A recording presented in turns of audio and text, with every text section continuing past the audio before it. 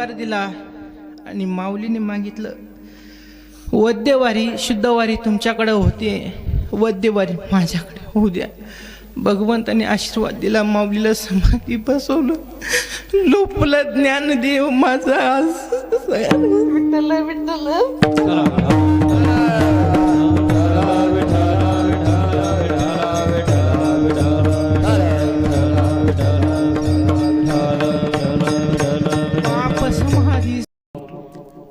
बोलतात कसं मधुर, साच आणि मवळ बोलतात. आणि काय त्यांच्या पोटामध्ये अवकाश आहे. जगातले सगळे अपराध माऊलीने पोटात घेतले.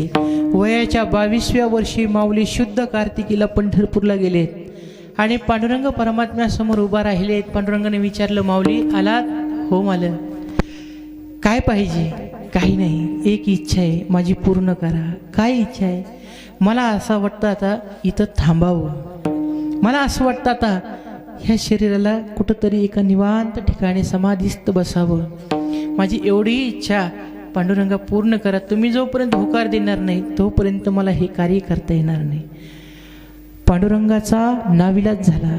पांडुरंगाने सांगितलं, माऊली काही अडचण नाही, 15 दिवस थांबा, पुढच्या वद्य एकादशीला तुम्हाला समाधी भेटेल.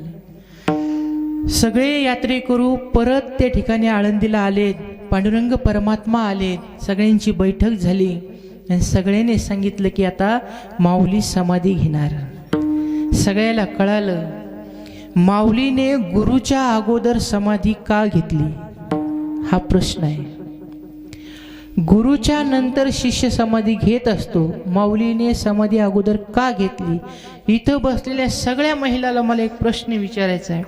तुम्हाला आहिव मरण मरायला आवडेल का वैधव्य मरण मरायला आवडेल? सगळ्याला जर का विचारलं, इथं जितक्या सौभाग्यवती बसल्यात तितक्याला विचारलं तर प्रत्येक जणी म्हणते 7 दिवस सप्त्याचं जे काही पुण्य असेल ते फक्त माऊलीने एकच द्यावं, मला आहिव मरण द्यावं. आहे की नाही सगळ्यांची इच्छा? सगळ्यांना वाटतं की नाही? कारण की त्याच्यामध्ये एक वेगळी शोभा आहे, एक वेगळा आनंद आहे. माऊलीने विचार केला, गुरुच्या अगोदर आपण समाधी घ्यावं, आपलं आहिव मरण होईल आणि माझा गुरु त्याच्या हाताने मला समाधीला बसवल, याच्यापेक्षा मोठं पुण्य कोणतं नाही, याच्यापेक्षा मोठं भाग्य कोणतं नाही. एकादशीला सगळे पंढरपूरचे यात्रेकरू आले. वेळ ठरली. नामदेव महाराजांचे 4 पुत्र नामा माधा गोदा सगळेजण समाधीचं भुयार शोधलं. सगळेजण समाधीची जागा स्वच्छ केली. सुंदर असं आसन टाकलेलं आहे, 2 समया लावलेले आहेत आणि माऊलीने त्या ठिकाणी माझ्या भगवान परमात्म्याचं चिंतन केलं. एका बाजूला पांडुरंगाने धरलं, एका बाजूला गुरुने धरलेलं आहे आणि 2 जण येऊन माऊलीला समाधी देण्यासाठी गेलेत. विठ्ठल विठ्ठल.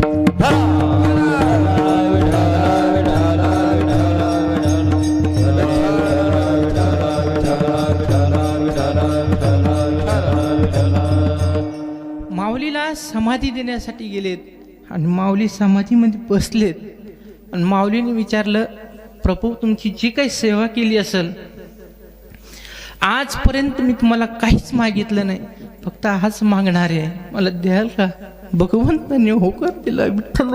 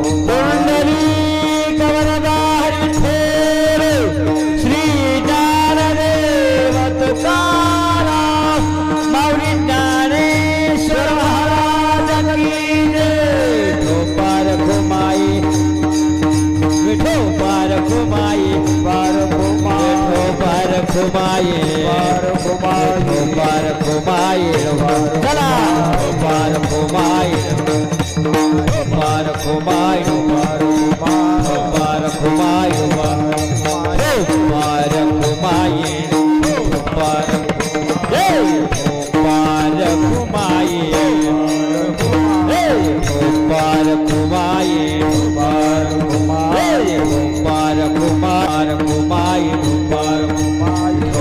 वीस वर्ष माऊलीला जाऊन पूर्ण होणार आहे. आपण सर्वजण खूप भाग्यवान आहे. माझ्या शब्दाकडे लक्ष द्या. आपण इथं बसलेले, मंडपात बसलेले सगळेच भाग्यवान आहे. कशामुळे? तर तुमचा माझा सर्वांचा जन्म माऊलीच्या नंतर झाला म्हणून भाग्यवान आहे. धन्यवाद. विठ्ठल विठ्ठल.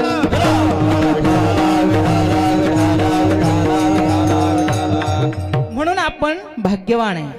कारण की माऊलीच्या आधी जे जन्माला आले त्यांना ज्ञानेश्वरी वाचता आली नाही. माऊलीच्या आधी जे जन्माला आले त्यांना हा सुख सोहळा बघता आला नाही. माऊलीच्या आधी जे जन्माला आले त्याला विठोबा रुक्माईचं भजन करता आलं नाही. माऊलीच्या आधी जे जन्माला आले त्यांना एवढी सोपा मार्ग दाखवणारं कोणी नव्हतं. म्हणून ते लोक पाहिजे तितके भाग्यवान नव्हते. आपण सगळेजण खूप भाग्यवान आहोत की माऊलींचा समाधी उत्सव आपण ह्या ठिकाणी साजरा करत आहोत. आपण ह्या उत्सवाचे साक्षी झालो हेच आपलं सगळ्यांचं मोठं पुण्य आहे. विठ्ठल विठ्ठल.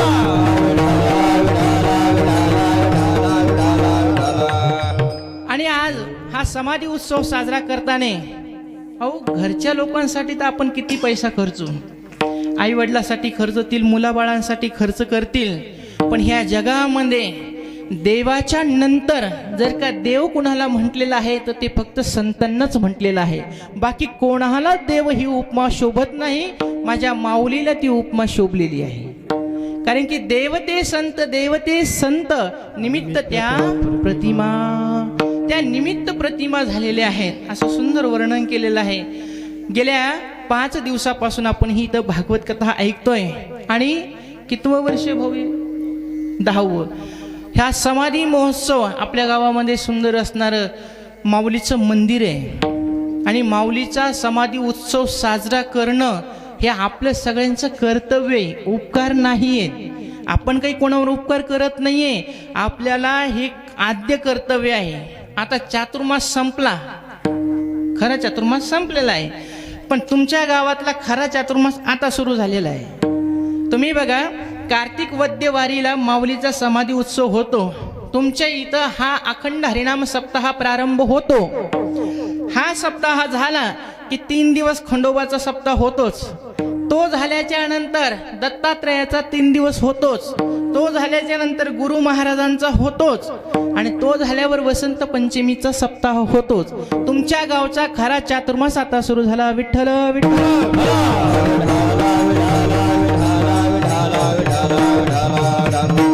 म्हणून त्या ठिकाणी एवढे समाज येऊन बसलाय.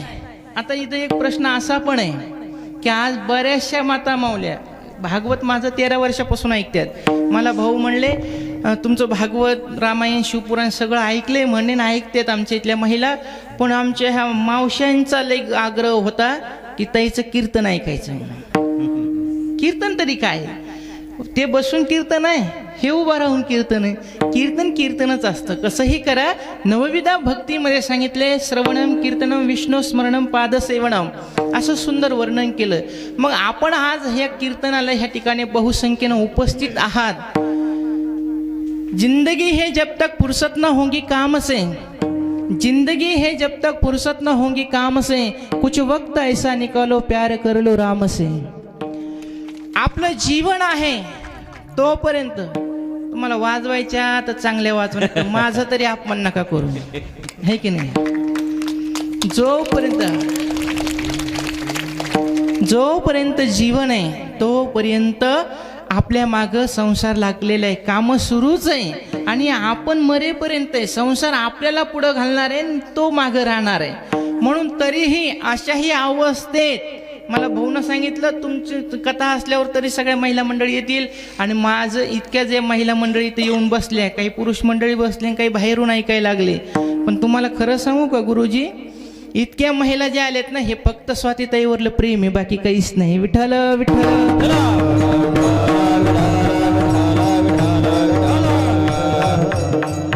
आणि आज ह्या कीर्तनासाठी आपल्या आष्टी परतूर तालुक्याचं सुंदर वैभव असणारं, ज्यांच्या वाणीतून नुसतं भजनच ऐकावं असं वाटतं आणि कितीही ऐकलं तर पोटच भरत नाही, अशी मधुर वाणी ज्यांची आहे, असे असणारे आपल्या परिसराचं वैभव, ज्यांनी आपलं समग्र जीवन परमार्थामध्ये घातलं आणि एकनिष्ठतेने वारकरी संप्रदायाची सेवा केली, ज्यांनी आपलं संपूर्ण जीवन ज्ञानोबा तुकोबारायाच्या भजनामध्ये घातलंय, आपल्या परिसराचं वैभव असणारे हरिभक्त परायण बालासाहेब महाराज जवळेकर गुरुजी या ठिकाणी उपस्थित, त्यांच्यासाठी सुंदर टाळ्या वाजवा एकदा. सुंदर त्यांनी, मी त्याविषयी सहज फोन केला, म्हणलं गुरुजी कीर्तन आहे. ते म्हणले मग काही अडचण नाही, मला यावं लागतं. म्हणले आलोच. माझ्या शब्दाला अजून गुरुजीने काही नकार दिला नाही. हे त्यांच्यावर असणारं प्रेम आहे, बाकी काहीच नाही. आणि आपल्या गावामध्ये जिथं कमी तिथं आम्ही, असा न्याय धरून चालणारे आणि खरंच परमार्थाची सेवा करणारे, आणि ज्यांनी आपल्या संसाराकडे भरपूर लक्ष दिलं नाही पण परमार्थ कधी पडून दिला नाही, असे असणारे आपल्याच गावचे भूमिपुत्र अंकुश महाराज सागळे, त्याच्यानंतर आमचे अंगलगावकर महाराज, हे दोघं जोडी मी 13 वर्षापासून ह्या परिसरात येते, तेव्हापासून ह्या दोघा जणांना सारखं बघते. तोच आवाज, तोच उत्साह, तीच चाल, तीच प्रेरणा त्या ठिकाणी घेतात. आणि परिसरात त्यांनी हजारो कीर्तनकार नुसतं उभे केलेत आणि त्यांना कीर्तनाला लावलेलं आहे. असे असणारे आमचे दोघंही गुरुबंधू या ठिकाणी उपस्थित, त्यांच्यासाठी टाळ्या वाजवा एकदा. आणि त्याच्यानंतर आमचे आलेले परिसरातले बरेचसे महाराज लोक, परमेश्वर महाराजांचे सुपुत्र आहे, उस्मानकर महाराजांचे सुपुत्र आहेत, सुरुंगावून आलेले महाराज आहेत. आणि आता चालगायली काय भय आहे तुमचं नाव? विष्णू महाराज शिंदे, हेही या ठिकाणी उपस्थित आहे. एकदा आमच्या सर्व टाळकऱ्यांसाठी सुंदर टाळ्या वाजवा. आणि काय असतं, कीर्तनकाराच्या जे पोटात आहे ते टाळकऱ्यांच्या होटात आहे. ऐका बरं का, कीर्तनकाराच्या जे पोटात आहे ते टाळकऱ्यांच्या होटात आहे, आणि टाळकऱ्याचे जे होटात आहे ते वाजवणारच्या पोटात आहे. म्हणून महाराजासाठी मनातून टाळ्या वाजवा. सुंदर असं त्या ठिकाणी त्यांचंही वादन काम आहे. आणि उपस्थित सर्व श्रोती मंडळी, म्हणजे गणेशपुरून पांडुरंग भाऊ आलेत, सुरुंगावून महाराज आलेले आहेत, बरेचसे जण त्या ठिकाणी आहेत. आणि पारायण करणारे दोघं दाम्पत्य, इतके कापसाचे दिवस आहेत. तुम्ही सगळ्याजणी बिचाऱ्या 1 वाजेपर्यंत जातात आणि कापूस वेचून येतात आणि पुन्हा कथा कीर्तनाला उपस्थित राहतात. पण हे दोघं जोडपं गेल्या 7 दिवसापासून माऊलींच्या पारायणासाठी बसले. तुम्हाला सांगू का, पुढच्या सप्त्यात तर बसतच जा, पण वेळात वेळ काढून निदान 108 पारायण तरी आपल्या ह्या सोहळ्यामध्ये झालं पाहिजे. किती पारायण? 108 पारायण. तुम्हाला टाईम नाही ना, तुमच्या मुलाला बसवा. 10 वाजेपर्यंत शाळा नसते, 8-9 वाजेपर्यंत पारायण होतंय आणि काम हे मरेपर्यंत राहणार आहे, त्याचं काही नाही. पण पारायणाला निदान 108 तरी ह्या वेळेस बसले पाहिजे. त्याचं खूप खूप महत्त्व आहे. कारण की भगवद्गीता ही सांगितल्यावर 700 श्लोकाची होती, ती कोणालाच कळाली नाही. ज्याला संस्कृताचा अध्ययन होतो त्याला कळाली, पण तुमच्या आमच्याला कळाली का महाराष्ट्रातल्या लोकांना? पण माझ्या भगवान श्रीकृष्णानेच, पांडुरंगानेच माऊलीच्या रूपाने अवतार घेतला आणि ही ज्ञानेश्वरी तुमच्या आमच्यासाठी सुलभ केली. विठ्ठल विठ्ठल.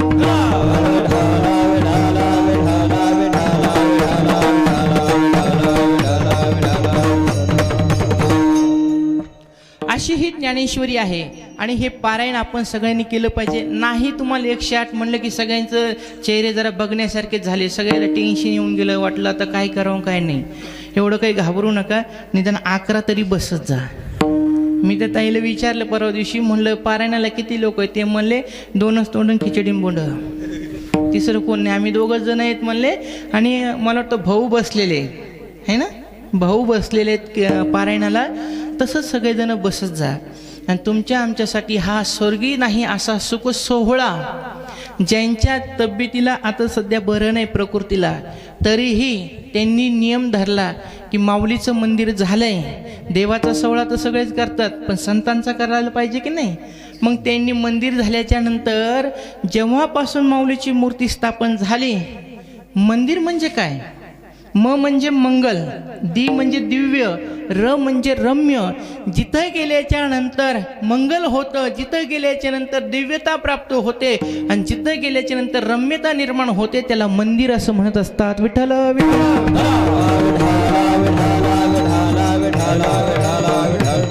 असं असणारं त्या ठिकाणी सुंदर माऊलीचं मंदिर आहे.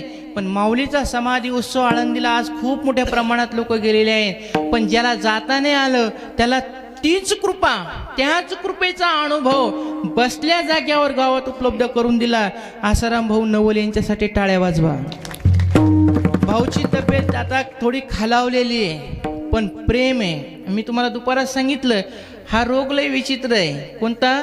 हरिनामाचा रोग. जाम पर जाम पीने से क्या फायदा, रात को पी सुबह को उतर गई, हरिनाम का प्याला पीकर देख सारी जिंदगी नशे में गुजर गई. सगळं जीवन परमार्थामध्ये घातलं. आज एवढ्या प्रकृतीला त्रास होतोय, तरी पण थंडीचे दिवस आहे, सगळेजण शॉल वगैरे घेऊन आले, पण भाऊ इथं उपस्थितच आहे. 7 दिवस उभे राहतात. त्यांनाही खूप खूप धन्यवाद. असं सगळ्याकडून परमार्थ करून घ्या आणि सगळ्यांना परमार्थाच्या मार्गाला लावा. कारण काय आहे? स्मरविता स्मरण, स्मरण करून देणारा हा श्रेष्ठ असतो. करणारे तर श्रेष्ठ होतातच, पण करून देणारा हा श्रेष्ठ असतो. म्हणून त्यांनी स्मरविता स्मरण, त्यांनी स्मरण करून देतात आणि दरवर्षी हा सप्ताह होतो.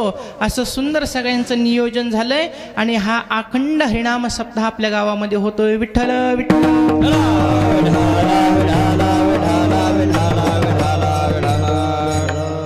अभंग आहे 4 चरणाचा, संतांचं वर्णन करणारा. संत कोणाला म्हणतात? भगवे कपडे घातले म्हणून कोणी संत होत नाही, पांढरे कपडे घातले म्हणून कोणी संत होत नाही, पिवळे कपडे घातले म्हणून कोणी संत होत नाही, कपाळभर गण लावल्याने कोणी संत होत नाही, गळाभर माळा घातल्याने कोणी संत होत नाही. संत होण्यासाठी वृत्ती तयार व्हावी लागते. वृत्तीने संत जाणवल्या जात असतो. आणि संत जे असतात ते कधी जगामध्ये आल्यावर भेदभाव करत नाही, त्याला संत म्हणतात.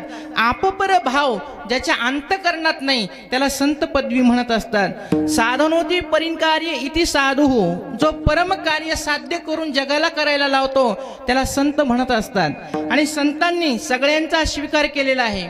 माऊलीने बघा सगळ्या तळागाळातल्या लोकांचा स्वीकार केलेला आहे, सगळ्या जाती धर्मातल्या लोकांचा स्वीकार केलेला आहे. तुम्हाला सांगाल, संत हे कोणाला म्हणत असतात? पैशावाल्याला जवळ करणारे संत नसतात, पैशावाल्याच्या घरी जाणारे संत नसतात. रस्त्याने साधू चालला होता आणि जाता जाता एक कुंभाराचा वाडा दिसला. ते कुंभाराच्या वाड्यासमोर गेले आणि तिथं बघितलं एका बाजूला खूप मोठे माठ होते आणि एका बाजूला एकच माठ पडलेला होता. त्याला विचारलं, बाबा सगळे माठ इथं तयार झालेले आणि एकच माठ इकडं काय? त्याने सांगितलं, बाबा सगळे माठ हे भट्टीमध्ये भाजून परिपक्व झालेले, पण हा जो माठ आहे ना, ह्या माठाला छिद्र आहे, म्हणून हा माठ कोणीच कामाचा नाही. हा माठ ह्या माठांच्या गणतीत धरल्या जाऊ शकत नाही आणि याची काहीच किंमत नाही, ह्या माठाची काहीच किंमत नाही. त्याने सांगितलं, हा माठ मला दे. तो म्हणला, बाबा याच्यातला 1 न्या 2 न्या काय न्यायचे ते न्या, पण हा माठ कशाला नेता, काहीच उपयोगाचं होणार नाही. त्याने सांगितलं, नाही तू मला हाच मार दे. त्यांनी तो माठ घेतला, आश्रमात नेला आणि चैत्र महिन्यातल्या 12 दिवस जे अंमली बारशीचा असतो, पाडव्याचा असतो, त्यावेळेस त्याच माठाला ज्याला कोणी विचारत नव्हतं, ज्याची काही किंमत नव्हती, ज्याला कोणी बघत नव्हतं, तोच माठ गळती म्हणून महादेवावर लावला आणि त्याच माठाचं 12 दिवस सगळ्यांनी दर्शन घेतलं. याला म्हणतात संत. विठ्ठल विठ्ठल.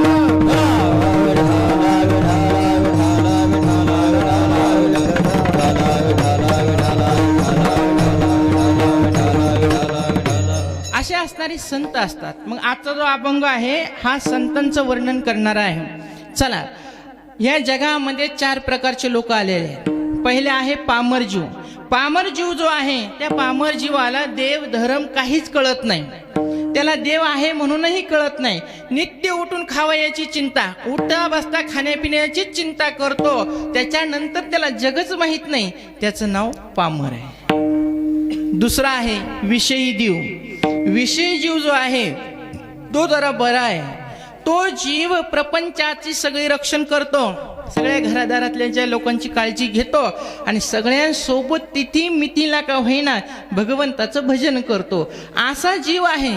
पण विषयासक्त असल्यामुळं तो संसारात अधिक रममाण होतो, परमार्थात कमी होतो.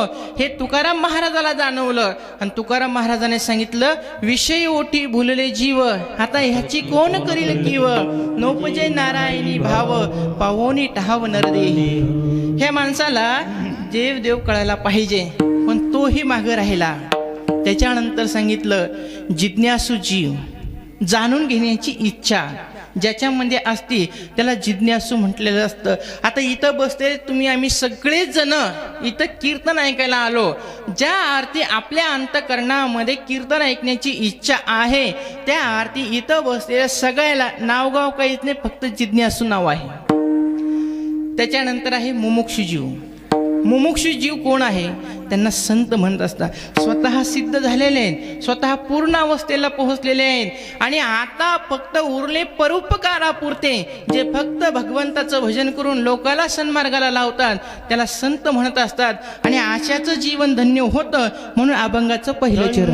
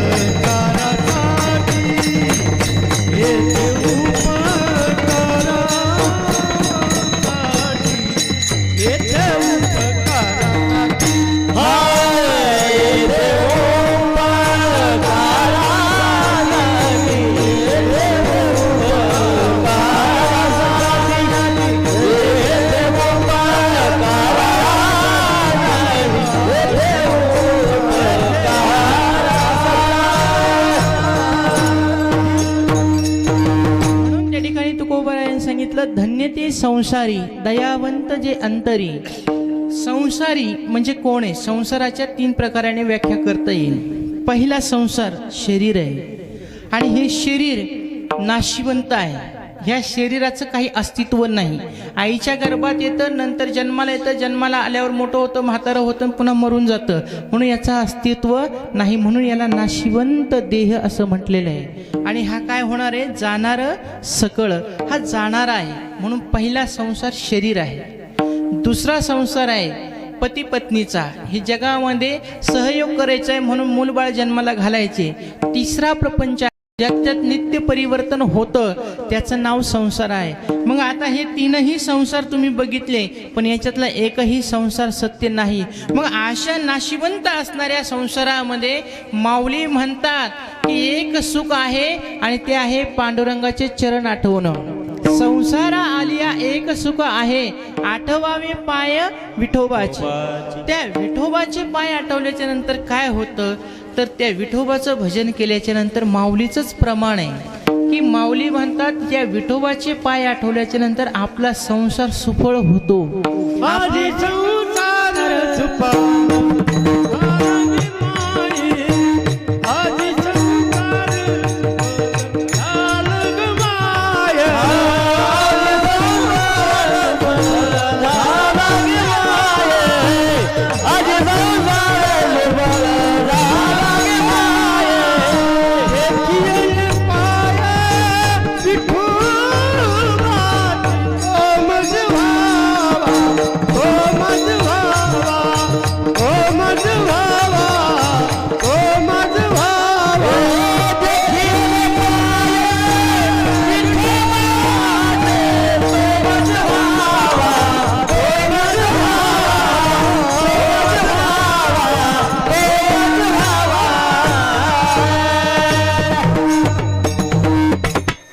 देवाचं भजन केल्याच्या नंतर काय होतं तर संसार सुफळ होतो. म्हणून आपल्याला जर का आपली वेरझार कमी करायची असेल आणि प्रपंचात येऊन जीवन सार्थक करायचं असेल तर भगवंताचं भजन करा. कसं? विठ्ठल विठ्ठल.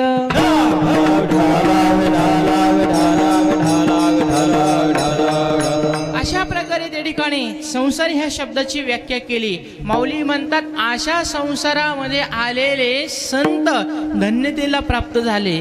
बरं, त्यांच्या धन्यता प्राप्त करून घेण्यासाठी एक गुण आहे, दया. दया म्हणजे काय की जिच्यामध्ये कधी भेदभाव केला जात नाही त्याला दया म्हणतात. आपपर भाव जो ठेवत नाही ती दया फक्त संतांच्या अंतःकरणात नाही. तुम्ही मला सांगा, भगवंत जर का तुम्हाला शोधायचा असेल तर ज्याच्याजवळ दया आहे त्याच्याजवळ तुम्हाला भगवंत दिसेल. दया तेते धर्म, धर्म तेते सुखागम, सुखी पुरुषोत्तम आती जैसे. ज्ञानेश्वरीने सांगितलं. माऊली म्हणतात ज्याच्याजवळ दया आहे त्याच्याजवळ पुरुषोत्तम भगवान परमात्मा आहे. मग ही दया पैठणच्या नाथबाबाजवळ होती. कोणाजवळ होती? पैठणच्या नाथबाबाजवळ होती. नाथबाबांच्या जीवनामधला एक प्रसंग आहे. नाथबाबाला राग आणण्यासाठी काही टवाळखोर लोकांनी विचार केला आणि यवनाला एक मुस्लिम समाजाच्या माणसाला सांगितलं की तू पानं खाऊन त्याच्या अंगावर थूक, तो तुकला की त्याला राग येईल. त्याला राग आणणं फार महत्वाचं आहे. आणि तो यवन महाराजांच्या आंघोळीच्या वेळेला घाटावर जाऊन बसला. महाराज गेले, गंगेमध्ये स्नान केलं आणि स्नान करून घरी येऊ लागल्याच्या नंतर समोर आलं की त्याने पान खाऊन पचकन त्या ठिकाणी थुकावं. असं किती वेळेस थुकला? काही ठिकाणी सांगतात 108 वेळेस थुकले. पण हे पाहायला तुम्ही नव्हते मी पण नव्हते, पण थुकला हे महत्वाचं आहे. कोण थुकला? यवन अंगावरी थुकला. आणि महाराजाने काय केलं?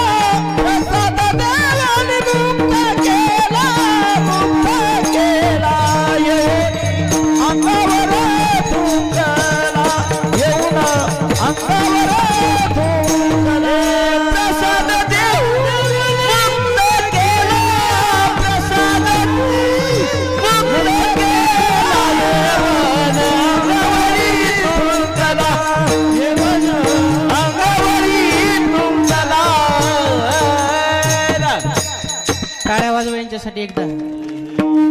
एवढं सोपं नसतं. थंडीच्या दिवसात गाणं तुम्हाला अंगावर घेऊन बसल्यामुळं काही वाटत नाही, पण आम्हाला थंडीत घाम यायला लागलाय. सोपं नाहीये. हे लोक कुठं शिकायला गेले नाही, ह्या लोकांनी कुठं क्लास लावले नाही, पण यांची निष्ठा वारकऱ्यावर आहे, वारकरी संप्रदायावर आहे. म्हणून यांना गोड आवाज भगवंताने दिलेला आहे.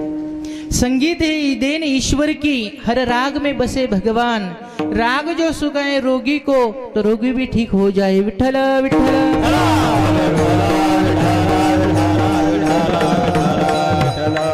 असं असणारे त्या ठिकाणी संगीत आहे. दया. यवन अंगावरी थुकला, प्रसाद देवोनी मुक्त केला. याला दया म्हणत असते. देवापाशी दया भाव नाही बर का. देवापाशी पक्षपात आहे. कसा पक्षपात? देवाच्या भक्ताला जर का एखाद्याने त्रास दिला तर देव भक्ताचं रक्षण करतो, पण दुर्जनाचा संहार करतो.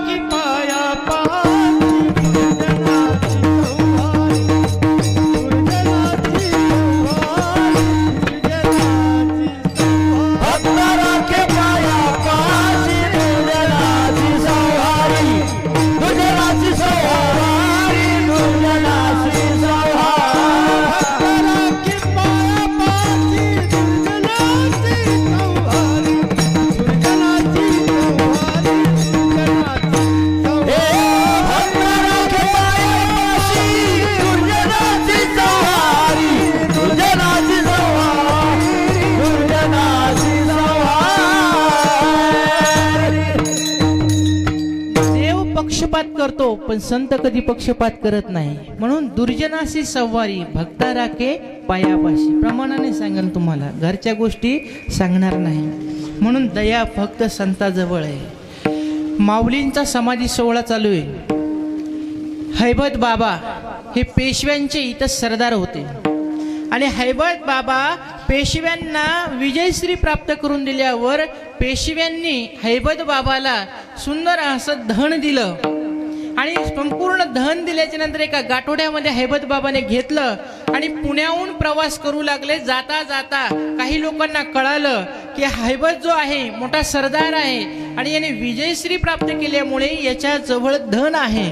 पेशव्यांनी याला इनाम म्हणून धन दिलेलं आहे.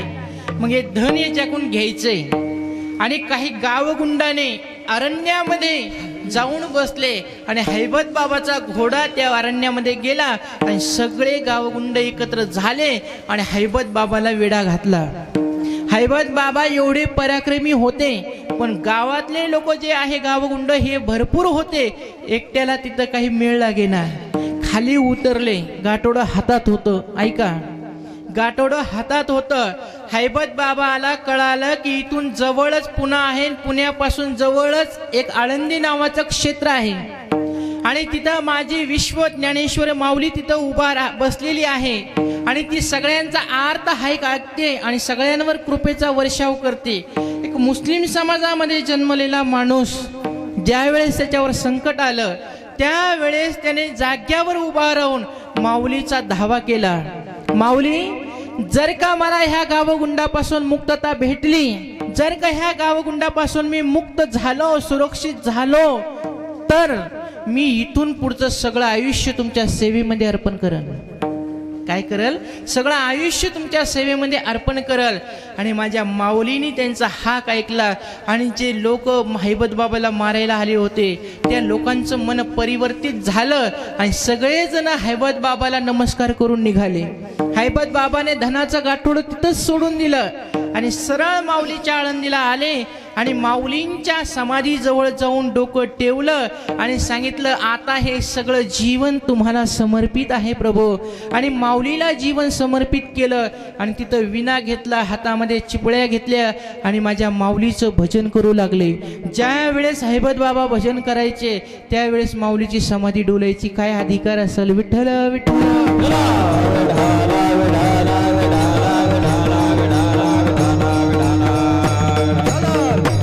म्हणून दया ही विशिष्ट प्रकाराने संतांच्या हृदयामध्ये वास करत असते.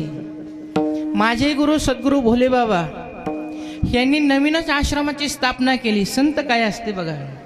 आणि गावातल्या लोकांना गावातल्या साधूचं महत्व कळत नसतं. गावातल्या लोकांना गावातल्या साधूचं महत्व कळत नसतं. आणि घरातला एखादा माणूस संत झाला तर घरच्या लोकांना काय ढेकळं कळते, त्याला काय कळणार त्याची महत्व. म्हणून परमार्थी तो न म्हणावा आपुला सलगी धाकुला.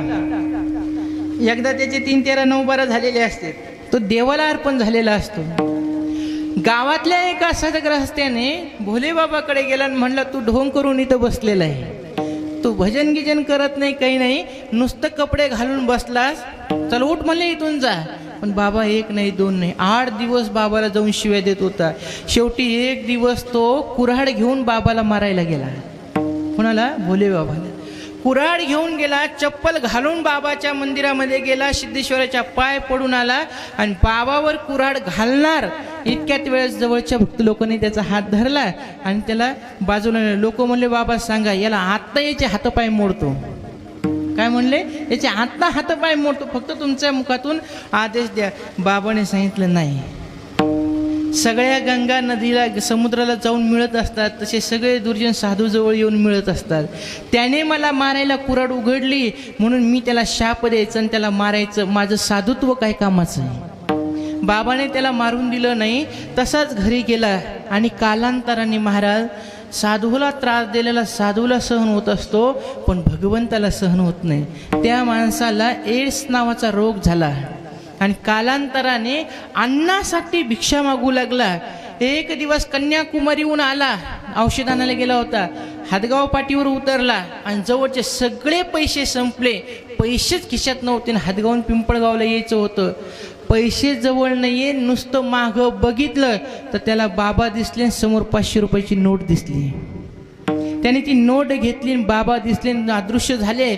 आणि घरी आल्यावर पहिला बाबांच्या मंदिरात गेला आणि बाबाला नमस्कार घातला आणि म्हणला, बाबा मी तुमच्यावर मारण्यासाठी कुऱ्हाड उचलली, पण तुम्ही आज येऊन मला दया करून माझ्यावर हा पैशाचा वर्षाव केला. बाबा इथून पुढचं सगळं जीवन तुम्हाला समर्पित करीन. विठ्ठल विठ्ठल.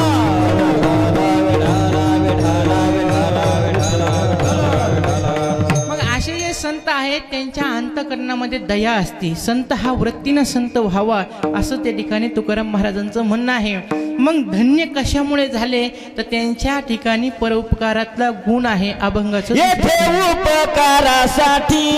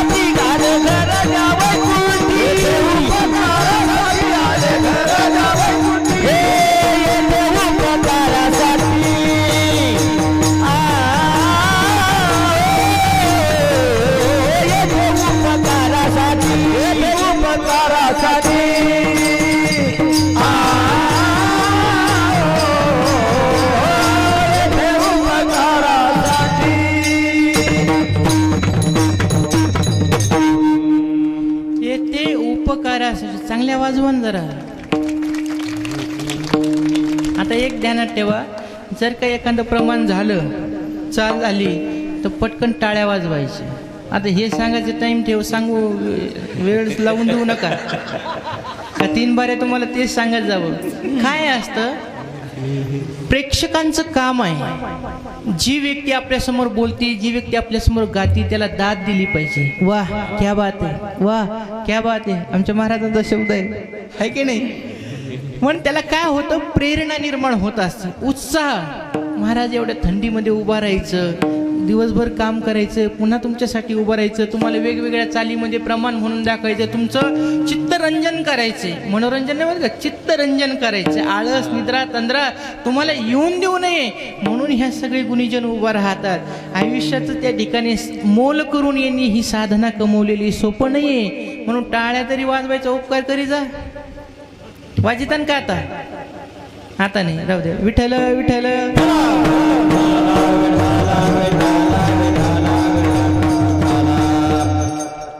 तुकाराम महाराज म्हणतात, येथे परोपकारासाठी आले घरच्या वैकुंठी.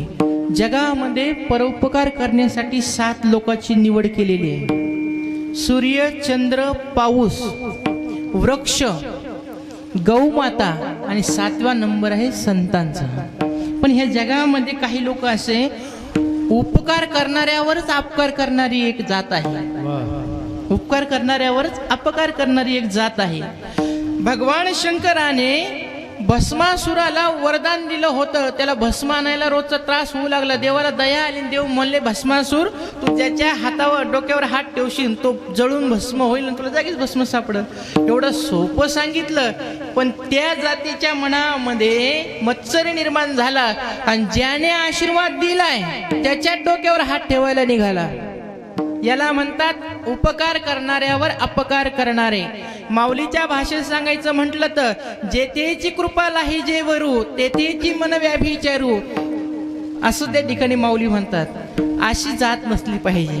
दुसरा एक वर्ग आहे अपकार करणाऱ्यावर अपकार करणारे. जमदग्नी ऋषीचे इथं कामधेनू होते आणि ती कामधेनू जे पाहिजे, जी कामना केली ते समोर उपस्थित करायची. सहस्त्रार्जुनाने बघितलं, सहस्त्रार्जुनाला कळालं. सहस्त्रार्जुन म्हणला यांच्या इथं जावं आणि जरा बघावं. तिथं सैन्य घेऊन गेलं. जमदग्नी ऋषीने कामधेनूकडून सगळ्यांना खाऊ पिऊ घातलं, सगळ्यांना सुस्त बसवलं, जे पाहिजे ते खायला दिलं. पण त्या सहस्त्रार्जुनाच्या मनामध्ये लोभ निर्माण झाला आणि दुसऱ्या दिवशी येऊन गाय चोरून घेऊन गेला. परशुरामाला कळालं, परशुरामाला राग आला आणि परशुराम म्हटले हे लोक ऐकणारच नाही, यायला समजून सांगण्यात मजाच नाही म्हणला, यायला यांच्याच भाषा सांगावं लागतं. लातो के भूत बातों से नहीं मानते, याला यांच्या भाषेत सांगावं लागल. जसे परशु घेऊन गेले सहस्त्रार्जुनाचा वधच केला. याला म्हणते जशास तसं वागणं, अपकार करणाऱ्यावर अपकार करणं. दुसरे आहे उपकार करणाऱ्यावर उपकार करणारे, ते आहे आमचे शुकाचार्य. पांडवांच्या राजसूय यज्ञामध्ये एक शीत भात खाल्ला होता, त्याचा उपकार धारण केला आणि त्या पांडवांच्या नातवाला ज्यावेळेस त्याच्यावर दिवस आले, शाप लागला, 7 दिवसात येऊन भागवत कथा सांगितली, त्याला मुक्त करून दिलं. हे त्या उपकाराची परतफेड केली. आता चौथा वर्ग असा आहे अपकार करणाऱ्यावर उपकार करतो, त्याला म्हणतात संत, त्याला म्हणतात ज्ञानेश्वर माऊली. विठ्ठल विठ्ठल.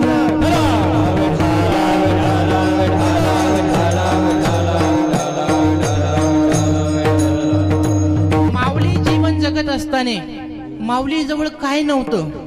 हो, माऊलीचं जर का वर्णन करायचं म्हणलं तर आळंदीमध्ये ज्या सुखासाठी तुम्ही आम्ही रात्रंदिवस धडपडूस तर करतो, त्या सुखाचा पिंपळ माऊलीच्या दारात आहे, समोर आहे. जयाची हे द्वारी सोन्याचा पिंपळ, जयाची हे द्वारी सोन्याचा पिंपळ, जयाची हे द्वारी सोन्याचा पिंपळ, जयाची हे द्वारी सोन्याचा पिंपळ, जयाची हे द्वारी सोन्याचा पिंपळ, जयाची हे द्वारी सोन्याचा पिंपळ, जयाची हे द्वारी सोन्याचा पिंपळ, जयाची द्वारी सोन्याचा पिंपळ. अंगी आईचे बळ रेडा बोले, अंगी आईचे बळ रेडा बोले, करील ती काय लुई महाराज, करील ती काय लुई महाराज. अंगी आईचे बळ रेडा बोले, अंगी आईचे बळ रेडा बोले, करील ती काय लुई महाराज, करील ती काय लुई महाराज, होय महाराज. वाजवा टाळ्या. आता का तुमच्या पुढे डोकं हाणून घ्यावं का काय करावं आता?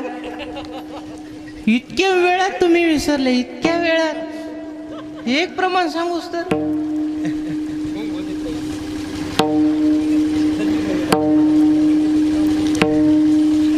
जाऊ दे आता, पण आता इथून पुढे ध्यानात ठेवा, अजून 3 दिवस राहिलेत ना, आता ध्यानात ठेवा. आमचं कीर्तन होतं तरी ध्यानात. तुम्ही झोपल्या का काय? नाही, सगळं टवटवीतच आहे, तसं काही नाही. जास्त वेळ नाही, आता थोडा वेळ थांबा. काय म्हणतात? जयाची द्वारी सोन्याचा पिंपळ, अंगी ऐसे बळ रेड्या बोले, करील ते काय नो हे महाराज. काय करता येत नव्हतं माऊलीला. माऊलीचा जो संप्रदाय आहे, ऐकून घ्या, ह्या मृत्यूलोकामध्ये 1000 वर्षापूर्वी आपल्याला नुसतं माऊली ऐकायची सवय लागली. 1000 वर्षापूर्वी ह्या मृत्यूलोकामध्ये कुठंच परमार्थ नव्हता, ना संप्रदायाची पद्धत होती, ना संन्यासी परंपरा होती, काहीच नव्हतं. त्यावेळेस भगवान शंकर आणि भगवान दत्तात्रय दोघं जण एकत्र आले आणि महादेवाने सांगितलं, दत्त महाराज, माझ्या मनातली एक संकल्पना आहे आणि माझी एक अशी इच्छा आहे की ह्या मृत्यूलोकामध्ये एक संप्रदाय उभा करावा आणि त्या संप्रदायासाठी तुमचं मला सहकार्य पाहिजे आणि मी वाटेल ते सहयोग तुम्हाला देईल, पण मला हा संप्रदाय उभा करायला तुमची मदत हवी, सहाय्यभूत व्हा.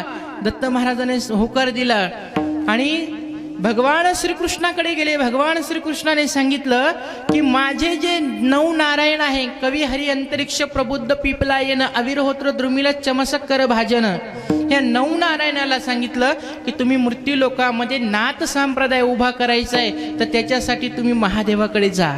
महादेवांची त्यांची बैठक झाली आणि पहिले नाथ भगवान शंकराच्या आणि दत्त महाराजांच्या कृपेने जन्माला आले आणि गुह्य ज्ञान सांगायच्या निमित्ताने पार्वतीला घेऊन गेले आणि तिथं सुंदर गुह्य ज्ञान सांगताना पार्वतीला झोप लागली आणि माशाच्या पोटात एक अर्भक होतं, त्याने ते गुह्य ज्ञान ऐकलं आणि ते ज्ञान ऐकल्याच्या नंतर परिणाम असा झाला, त्याच्यामध्ये सजीवता निर्माण झाली आणि तोच नाथ संप्रदायाचा पहिला नाथ झाला.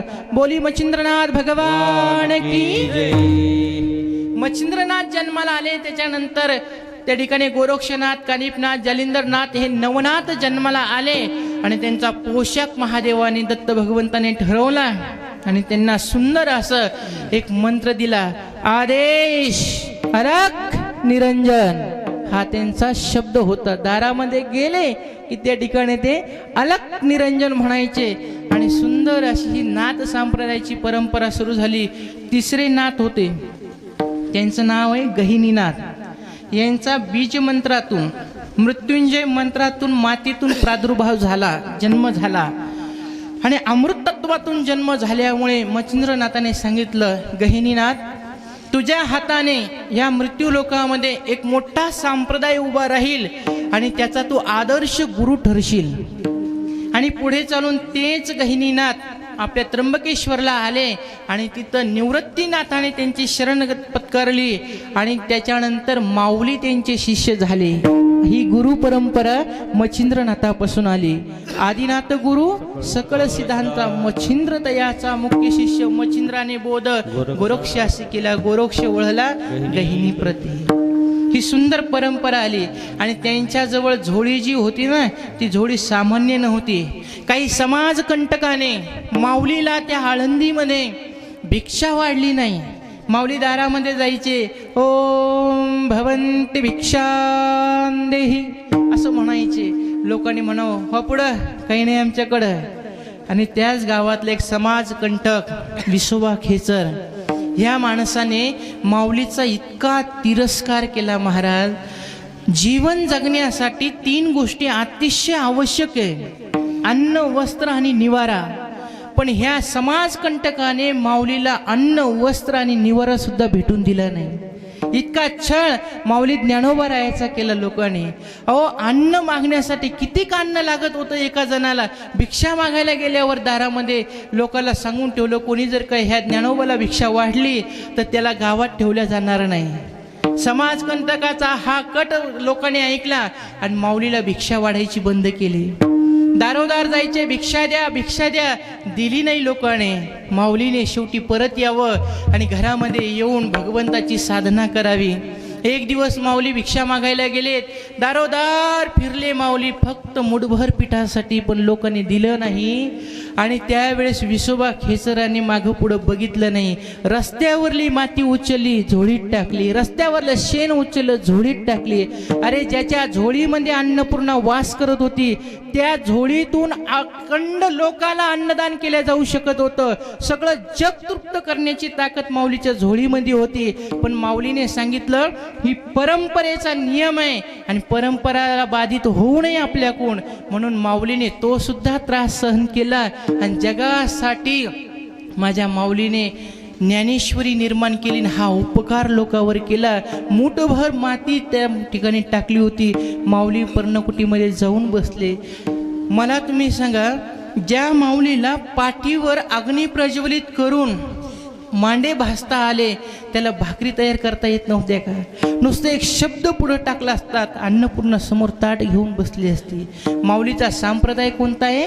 नाथ संप्रदाय. आणि आपला वारकरी संप्रदाय 3 संप्रदायाला घेऊन चालतो.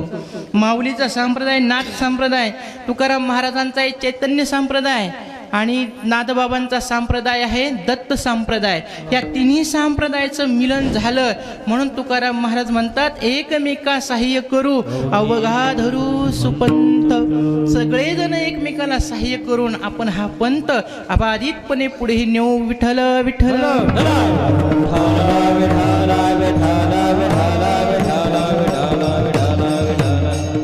असं सुंदर त्या ठिकाणी माऊलीने जगावर उपकार केला. ज्ञानराज माझी योग्यांची माऊली जेने निगमवल्ली प्रगट केली 56 भाषेचा केलासे गौरव भवार नवी नाव उभारिली.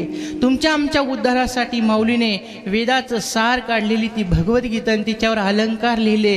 त्याच्यामध्ये 4500 नुसतं दृष्टांत आहे आणि माऊलीचा एक शब्द त्याच्यामध्ये महत्वाचा आहे. येत एकच असे आधारू तेनेच मी बोले सधरू जे सानुकूल श्री गुरु म्हणे ज्ञानदेव. मी माझ्या गुरुच्या आश्रयाला राहून ही गीता ज्ञानेश्वरीमध्ये रूपांतरित केली. एवढं सुंदर वचन माऊलीचं आहे. मग हे जे माऊली आहेत हे स्वइच्छेनं आले आणि स्वइच्छेनं जाणारे आहेत म्हणून यांचं घर हे नाहीये. हे कुठून आले? वैकुंठातून आले. हे नेहमी वैकुंठामध्ये वास करणारे आम्ही वैकुंठ वासी.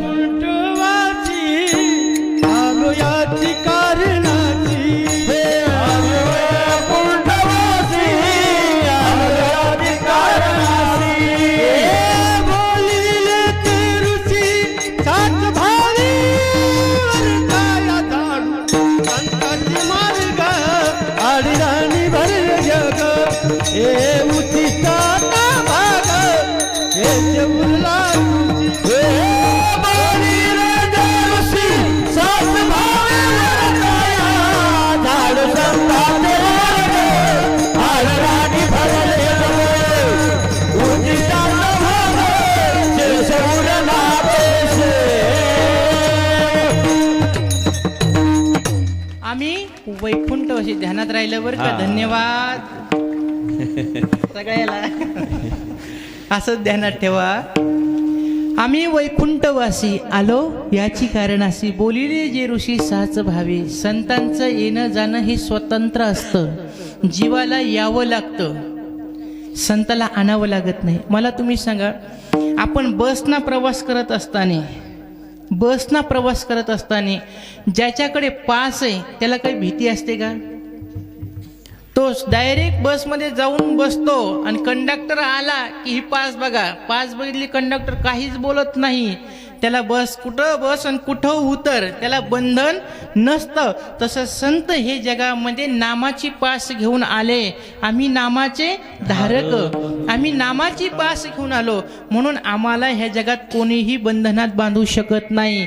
आया हे सो जाएगा राजा रंग फकीर कोई सिंहासन चढ चला कोई बधा जंजीर. विठ्ठल विठ्ठल.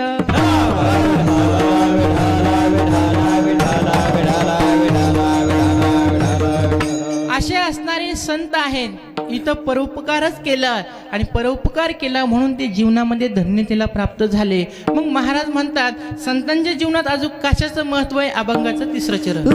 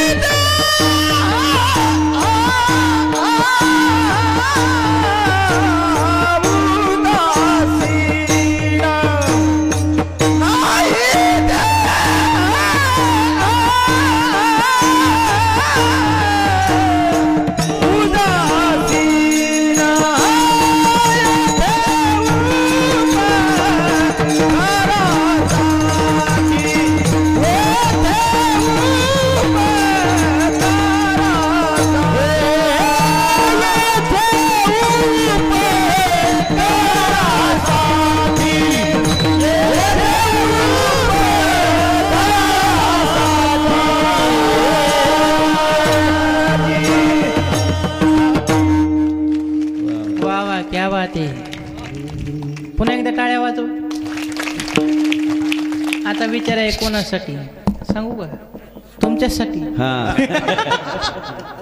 तुम्ही त्यांना धरलं म्हणून तुमच्यासाठी या टाळ्या होत्या.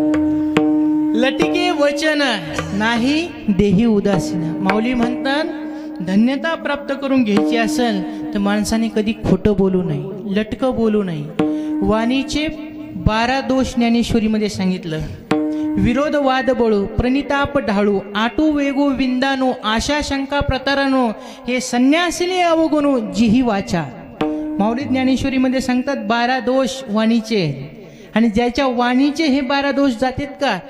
आशाला लावणं, वर्मस्पर्शी बोलणं, कोणाला त्या ठिकाणी टाकून बोलणं, कोणाला खोचून बोलणं, विरोधातलं बोलणं, असं जे बोलणं आहे हे वाणीचे दोष आहे. आणि हे 12 दोष जोपर्यंत जात नाही तोपर्यंत वाणी पवित्र होत नाही. माझ्या माऊलीची वाणी कशी होती? साच आणि मवाळ, मितले आणि रसाळ, शब्द जैसे कल्लोळ अमृताचे. ही माऊलींची वाणी होती. आणि त्या वाणीचं तप झालेलं असतं. जी वाणी नेहमी भगवंताचं भजन करते ना, त्या वाणीमध्ये एक प्रकारचं तप तयार होत असतं.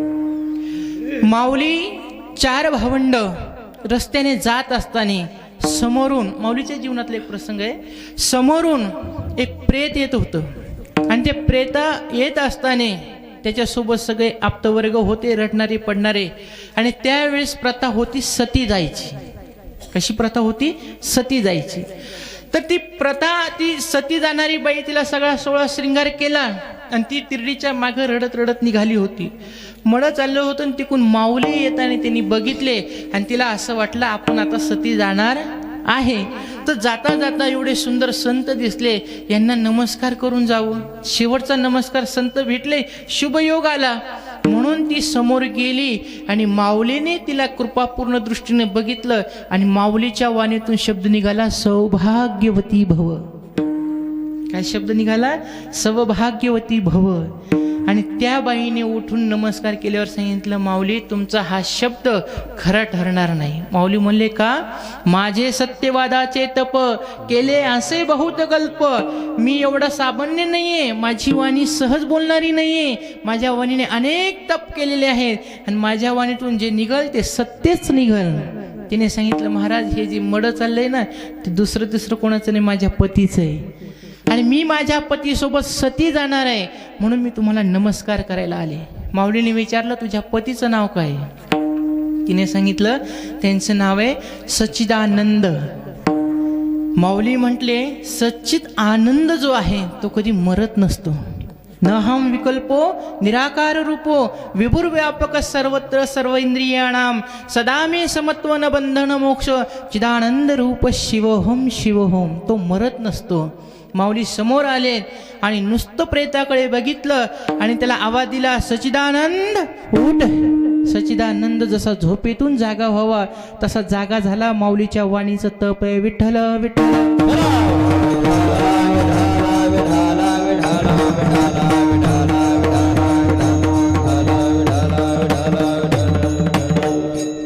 अशा प्रकारे त्या ठिकाणी माऊलीने सच्चिदानंद बाबांना उठवलं. आता मला तुम्हाला एक गरिबीचा प्रश्न विचारायचा आहे. ज्ञानेश्वरी कोणी लिहिली? पहिला आमचा नंबर, आमचं बहुमत जास्त इकडं. ज्ञानेश्वरी कोणी लिहिली? सांगा पटकन, तुम्ही नका बोलू, माग सांगू द्या. सांगा पटकन पटकन पटकन. चहा पिऊन युक्त सांगा पटकन. आम्हाला आला असतं तर बाई तुला कशाला उभं केलं असतं म्हणा इथं, आहे की नाही? तुम्ही मंडळी, सच्चिदानंद बाबा आदरे लेखकू झाला. शके 1272 टीका केली ज्ञानेश्वरी. सच्चिदानंद बाबा आदरे लेखकू झाला. ज्ञानेश्वरी माऊलीने सांगितली, पण ज्या प्रेताला उठवलं होतं ना त्याच प्रेताने ज्ञानेश्वरीचं लिखाण केलं आणि त्याचा लेखक सच्चिदानंद बाबा झाला. ह्या वाणीचं एवढं तप आहे. संत कधी लटकं बोलत नाही. का त्यांच्या वाणीत तप होतं? तर त्यांची शरीरावर आसक्ती नसते. शरीरावर त्यांचं प्रेम नसतं. जे भक्त होत असतात ना त्यांचं शरीरावर प्रेम नसतं, हे पहिलं लक्षण आहे. भक्त ऐसे जाना जगी जे गेले असे पास निवारण, गेले असे पास निवारण, गेले असे पास निवारण, गेले असे पास निवारण. ओ भक्त ऐसे जाना देई उदास, ओ भक्त ऐसे जाना देई उदास. गेले असे पास निवारण, गेले असे पास निवारण,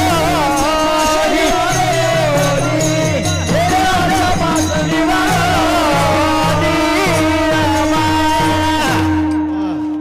त्या बात आहे. चांगल्या वाजवा टाळ्या. सुंदर प्रमाण झालं. गेले आशापाश निवारवणे. जे संत असतात त्यांचं शरीरावर प्रेम नसतं. माझी हिंगोलीकडे एक कथा होती आश्रम भाऊ, आणि ती कथा असताना तिथं सगळे महिलांचे कीर्तन होते. मला म्हणले मला कीर्तनच नाही करायचं, मी जास्त कीर्तन करीत नाही. उगा आता आश्रम भाऊ म्हटले म्हणून उभे राहिले, तुमचा सगळ्या गावकऱ्याचा आग्रह होता म्हणून. नाही तर रोजचं कीर्तन आमचं चालूच आहे ना, नाहीतरी सगळं आयुष्य त्यालाच अर्पण केलेलं आहे. त्याच्यामुळं बसून काय केलं आणि उभेने काय केलंय. आणि तिथं एक महिला कीर्तन करायला, मी एक महिलाच, मला कोणाला नाव ठेवायचा अधिकार नाहीये गुरुजी, पण तिथं एक महिला आली, तिचं लहान लेकरू होतं. काकू माझ्यासोबत होते त्यावेळेस. आम्ही तिथं बसलो आणि थोडा उशीर होऊ लागला. तर मी म्हणलं आहे त्या अवस्थेत चांगलं आहे, साडी वगैरे सगळं व्यवस्थित आहे, पण तिकडे विठोबा रुक्माई व्हायची वेळ आली, लगेच चालू आता आपण कीर्तनाला.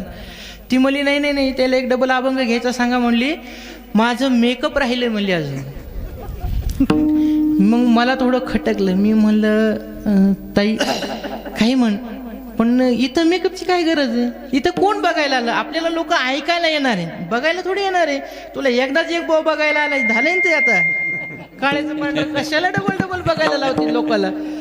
ती म्हणली नाही ताई तुम्हाला माहिती नाही म्हणली, इथं जे लोक येतात ना कीर्तनात ते बाईला बघायला येतात, कीर्तनाला काही गरज नसते. ही हसण्यासारखी गोष्ट नाही महाराज, मला शोकांतिका वाटली. हे योग्य नाही. आणि जेव्हापासून असे लोक ह्या संप्रदायामध्ये शिरले तेव्हापासून संप्रदायाला लोक गालबोट लावायला लागले.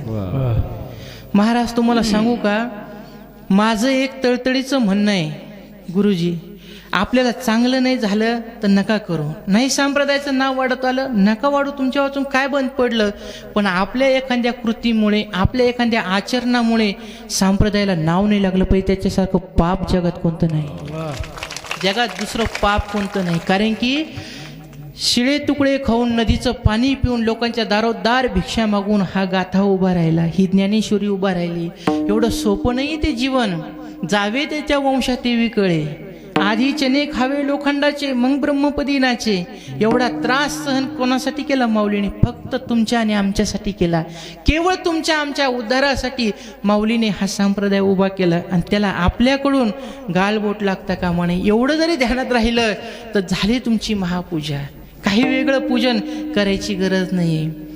म्हणून भक्त जे असतात ते देहावर उदास असतात, नाहीतरी ह्या देहाची एक दिवस माती होणारच आहे. असं सुंदर आहे. म्हणून त्या ठिकाणी जे धन्य असतात ते कशामुळे असतात, ते लटिके वचन बोलत नाही आणि ते देहावर उदास असतात.